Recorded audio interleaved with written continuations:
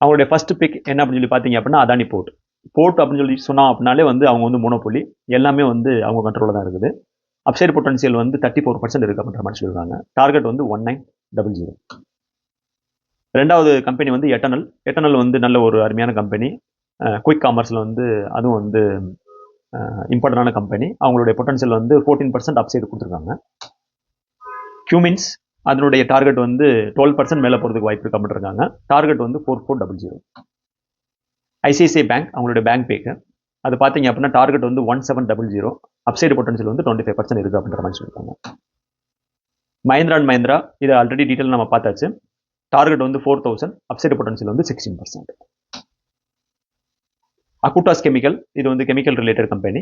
இதனுடைய டார்கெட் வந்து 1780, upside potential 28% வரைக்கும் கொடுத்துருக்காங்க. Reliance one of the top company, இந்தியாவிலே வந்து ஹையஸ்ட் மார்க்கெட் கேப் இருக்கக்கூடிய கம்பெனி. டார்கெட் வந்து 1555, அப்சைடு பொட்டன்சியல் 14% இருக்கு அப்படின்ற மாதிரி இருக்கு. ரிலையன்ஸ் நீங்கள் பார்த்தீங்க அப்படின்னா ஒரு 2-3 வருஷம் அப்படியே வந்து படுத்து கிடக்கும். அதுக்கப்புறம் பார்த்தீங்க அப்படின்னா ஒரு 2-3 வருஷம் வந்து மேலே போயிட்டே இருக்கும். இப்போ வந்து ரிலையன்ஸ் பார்த்தீங்க அப்படின்னா டார்கெட் வந்து கொடுத்துருக்காங்க 14%.